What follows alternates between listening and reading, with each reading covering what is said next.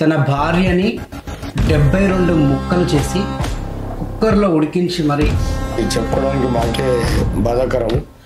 ఎందుకంటే మీరుపేట చెరువు అనగానే అంటే అక్కడ మామూలుగా నాకు వచ్చేదండి ఇట్లా డెడ్ బాడీ పడ్డది, జర సెర్చ్ చేయాలి బాబు అనే విషయము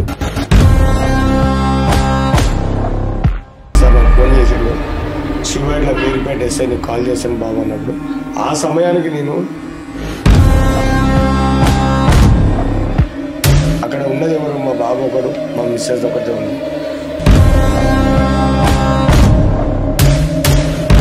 కానీ ఆ తల్లి 70 అంటే ఇప్పుడు వీడియోలో చూస్తుంటే నాకు అర్థమైందన్న.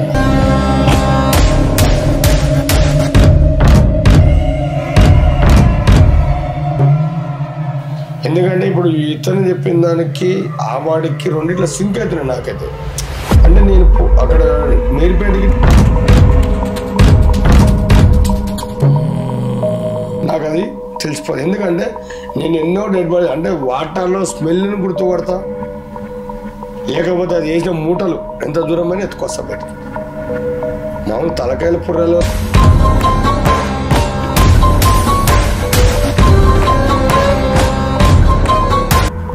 మూట అంటే ఒక బట్ట అయినా నాన్ టూవల్ ఇట్లా పడేస్తే, ఒక టూవల్ ఇట్లా పడేస్తే కూడా భూమి పైన ల్యాండ్ అవుతుంది.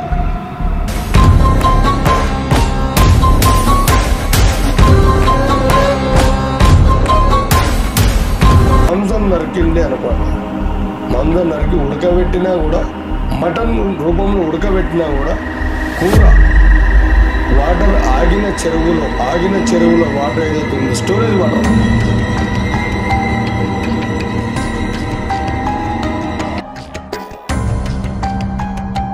మాంసంలో అంటే ఎముకలు అనుకో భూమి పైనకి వెళ్ళిపోతాయి.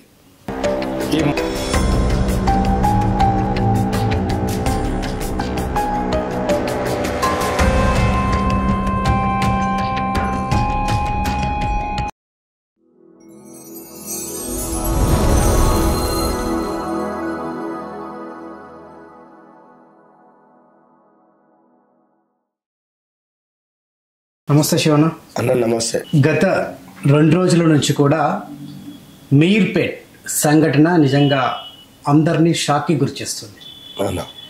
తన భార్యని 72 ముక్కలు చేసి కుక్కర్లో ఉడికించి మరి అవి ఎండబెట్టి ఆ బొక్కల్ని పొడి చేసి మళ్ళీ ఆ మాంసపు ముద్దలన్నీ ఆ పొడి అంతా కూడా మూటగట్టి ఒక చెరువులో పడేసిందని చెప్పేసి ఈరోజు వస్తున్నటువంటి వార్తలు. నాకు తెలిసి ఇటువంటి దృశ్యాలు సంఘటనలు జరిగినప్పుడు డెఫినెట్గా మీకు ఫోన్ వచ్చే ఉంటుంది ఆ మీర్పేట్ సంఘటన. ఎందుకంటే ఆ డెడ్ బాడీకి సంబంధించినటువంటి ఆ మాంస ముద్దలు తీయాలని అటువంటి సాహసాలు మీరైతేనే చేస్తారు అన్న. సో మరి మీ దాకా వచ్చిందా ఇది? అన్న మీరుపేట చెరువుది అయితే నాకు ఇన్ఫర్మేషన్ వచ్చింది. అది చెప్పుకోవడానికి మాకే బాధాకరం. ఎందుకంటే మీరుపేట చెరువు అనగానే అంటే అక్కడ మామూలుగా నాకు వచ్చేదండి ఇట్లా డెడ్ బాడీ పడ్డది, జర సెర్చ్ చేయాలి బాబు అనే విషయము మా లేక్ పోలీస్ స్టేషన్కి వచ్చింది. మా లేక్ పోలీస్ కిరణ్ సార్ నాకు ఫోన్ చేసిండు. శివైడ్ల మీరుపేట ఎస్ఐని కాల్ చేశాను బాబు అన్నప్పుడు ఆ సమయానికి నేను వేరే దగ్గర ఉన్నా. అంటే నేను వేరే దగ్గర డెడ్ బాడీ తీస్తాను బయటికి వెళ్ళిపోయినా. అక్కడ ఉన్నది ఎవరు, మా బాబు ఒకడు, మా మిస్సెస్ ఒకటే ఉంది. వాళ్ళు కూడా సమయానికి నేను రీచ్ చేస్తానికైతే కాలేకపోయినా. కానీ ఆ తల్లి 70 అంటే ఇప్పుడు వీడియోలలో చూస్తుంటే నాకు అర్థమైందన్న. ఇలాంటి వీడియోనే అంటే అలాంటి ఏదైతే జరిగిన సంఘటన ఉందో, నేను గతంలో 2015, 16, 17 ఆ మధ్యలో ఒక అమ్మాయి ఫేస్బుక్ పరిచయమైన అమ్మాయి కూడా సేమ్ స్టోరీ ఇది. ఎందుకంటే ఇప్పుడు ఇతను చెప్పిన దానికి ఆ వాడికి రెండిట్లా సింక్ అవుతున్నాయి నాకైతే. అంటే నేను అక్కడ మీరుపేటకి నేను డెడ్ బాడీ తీయడానికి వెళ్ళలేదు. నేను వెళ్ళాల్సిన సమయం ఒకవేళ ఉంటే నాకు తెలిసిన మైండ్ ఏంటంటే అక్కడ రియల్గా వాటర్లో వేసిండా లేదా నాకు అది తెలిసిపోదు. ఎందుకంటే నేను ఎన్నో డెడ్ బాడీ అంటే వాటర్లో స్మెల్ని గుర్తుపడతా, లేకపోతే అది వేసిన మూటలు ఎంత దూరం అని ఎత్తుకొస్తా బయటికి. మామూలు తలకాయల పుర్రలలో కూడా ఎత్తుకొచ్చా నేను.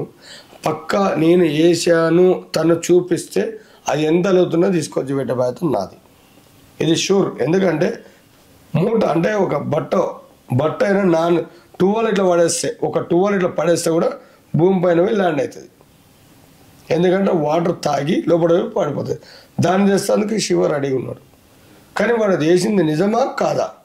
మాంసం నరికిండే అనుకున్నా, మాంసం నరికి ఉడకబెట్టినా కూడా, మటన్ రూపంలో ఉడకబెట్టినా కూడా కూర వాటర్ ఆగిన చెరువులో వాటర్ ఏదైతే ఉందో స్టోరేజ్ వాటర్, ఒక పిల్లని చంపి ఇట్లా పడేసినా పిట్ట తేలుతుంది, మురిగి కుల్లి పోయిన తర్వాత కదానే ఉంటుంది. మన ఇంట్లో మాంసంలో ఉంటే ఎముకలు అనుకో భూమి పైనకి వెళ్ళిపోతాయి. ఈ మటన్ అతను నరికేసిన అంటుండు కాబట్టి 99% ఆ చెరువులో వేసిండు అనేది తప్పు. అవునా? తప్పు. ఎందుకంటే ఫిక్స్ ఇది ఛాలెంజ్ చేస్తా. మటన్ మాంసం కాకులు కుక్కలు తింటే అవి కూడా పౌడర్ చేసి గుడ్డల కట్టేసారు అంటున్నారు కదా. గుడ్డ అయినా లోపల నుంచి తేలుతుంది అన్న, మాంసం తేలుతుంది. ఎముకల రూపం అనుకో, ఒకవేళ తాను ఏమైనా వెయిట్ కట్టి, ఇది రియల్ అయితే, ఒకవేళ రియల్ అయితే ఏమైనా బరువు కట్టి మాంసం ఇంత ఉన్నాయి. ఇప్పుడు 50 కేజీలు 3 కేజీలుకి చాలా తేడా ఉంటుంది. ఇంత మాంసం ఉడకబెడితే ముద్ద అవుతుంది.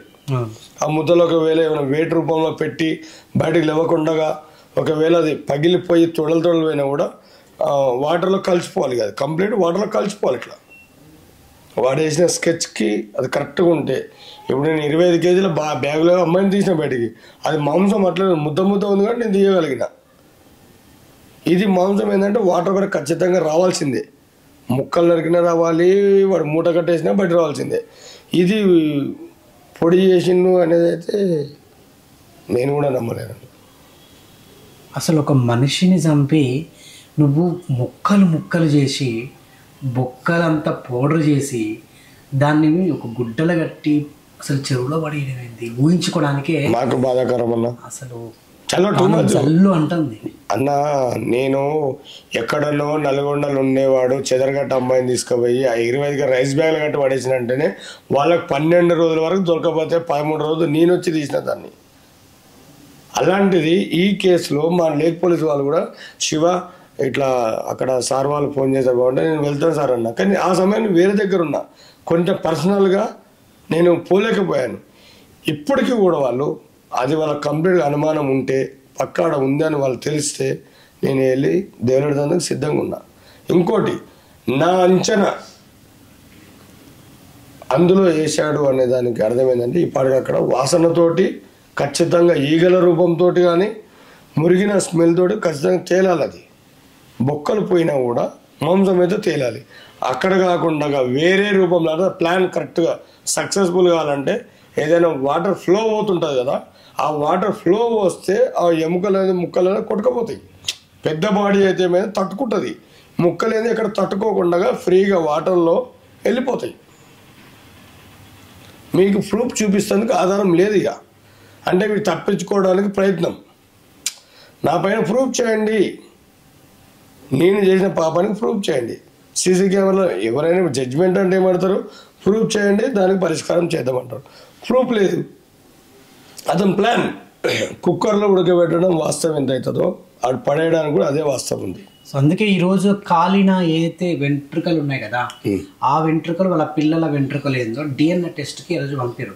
ఎందుకంటే వాళ్ళ పిల్లల DNA టెస్ట్ తోటి ఈజీగా తెలిసిపోతుంది నిజంగా కాల్చిండా, నిజంగా కాల్ చేసి మీరు అన్నట్టుగా కుక్కర్లో ఉడకబెట్టినట్టు దాంతో దొరికిపోతాడు ఇక ఆయన దొరికినట్టే. అంటే ఒకటి ఎంటికలు, అక్కడ ఎంటికలు అంటానా ఇంట్లో నెత్తి దూకుతాం, ఎంటికలు దొరుకుతాయి. కాలిన నెత్తి దొరికింది వాళ్ళకి, కాలిన హెడ్ మాంసం, ఇది కూడా పౌడర్. ఎంటికలు దొరికినాయి, వాసన స్మెల్ వస్తుంది అప్పుడు. ఎందుకంటే ఎంటికలు కాలితే అది పౌడర్ రూపంలో దొరికే, అంటే DNA అనేది ఎలాంటిది పట్టుకుంటుంది. మేము కూడా డెడ్ బాడీలో ఏమైనా దొరికిన మాకు మాంసంకి ఆ ఎంటికలకి కంపేర్ చేస్తే ఈ బ్లడ్ గ్రూప్ పలానా వాళ్ళది పలానా ఫాదర్ది ఇది షూర్. ఎందుకంటే ఆధార్ కార్డులో కంటి చూపుతో ఎట్లా పలానా మనిషిని గుర్తుపడతాము, ఈ DNA కూడా అది అక్షరాల నిజము. వాటర్లో చెరువులో వేసిన మూట కట్టి అంటే మాత్రం అది కారణం. అతను ఇంకా పబ్లిక్ని మిస్అండర్స్టాండింగ్లో కన్ఫ్యూజన్లో పెడుతున్నాను అర్థం. అది ఇప్పుడు DNA పంపించండి చంపేసిండన్నా కూడా కావాలి కదా నిజం. ఇప్పుడు ఆ మృతదేహం అనేది ఆ తల్లిదండ్రుల కోసమైనా కావాలి కదా. సో ఇప్పుడు ఏంటి అంటే నిజానికి ఒకవేళ మీరు అన్నట్టు ఏదైనా బండగట్టి ఆ చెరువులో పడేసి ఉంటే పైకి అయితే తేలదు, నన్ను తీసుకురావాలి ఇక. ఇప్పుడు మాకు గతంలో ఎప్పుడు ఒక 2 years బ్యాక్ కిమ్స్ హాస్పిటల్ కాడ ఒక ముగ్గురు వ్యక్తులు ముస్లిం వాళ్ళు బట్టల షోరూమ్ అంతా కాలిపోయి దాని ముగ్గురు దానం అయిపోయారు. మేము ఆ ముగ్గురు బాడీలు తీసుకొస్తే ఒక ఇంత మూట అయింది. ఆ మూట తీసుకుని అంటే ఎవరు తెలియదు, కానీ డిఎన్ఏ రూపంలో వాళ్ళకి అప్పచెప్పడం జరుగుతుంది కదా.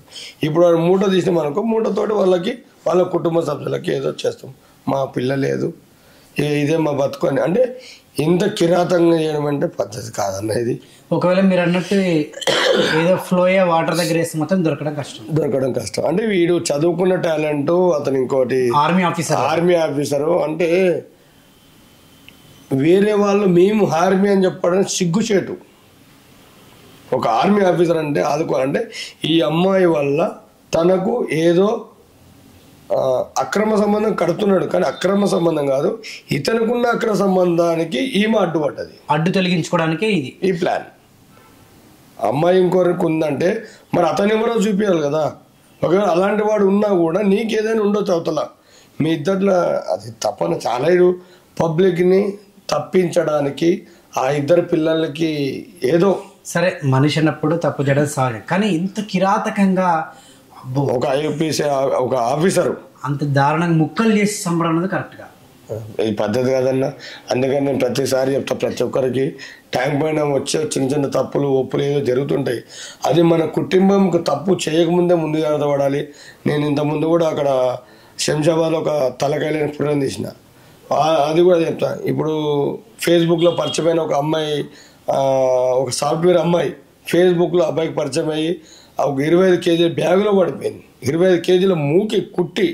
నువ్వు నమ్మకపోనా, నేను చూపించే ప్రతి ఒక్కటి జీవన ఆధారం అజ్ఞ సత్యంగా నేను ప్రతి ఒక్కరికి చూస్తే బాధాకరం విషయం. నువ్వు కూడా అడగచ్చు, శివన్న మీరు చూశారు కదా, మీ దగ్గర ఏముంది అని అడిగితే ఈ అమ్మాయిలా కనబడుతుందా, అబ్బాయిలా కనబడుతుందా, మీకు ఏ విధానం కనబడుతుంది? అసలు ఏం లేదు.